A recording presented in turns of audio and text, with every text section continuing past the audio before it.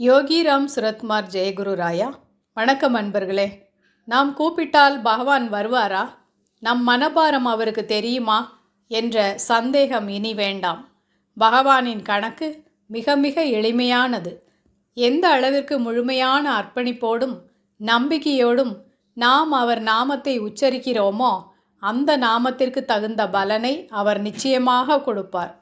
சுற்றிலும் 1000 நெருக்கடிகள், எதிர்பாராத அழுத்தங்கள், அடுத்து என்ன நடக்குமோ என்ற பதைபதைப்பு இருக்கும் ஒரு சூழ்நிலையில், பகவானே நீயே எனக்கு துணை, நீயே என் காவல் என்று ஆழமாக நாமம் சொல்லி பாருங்கள்.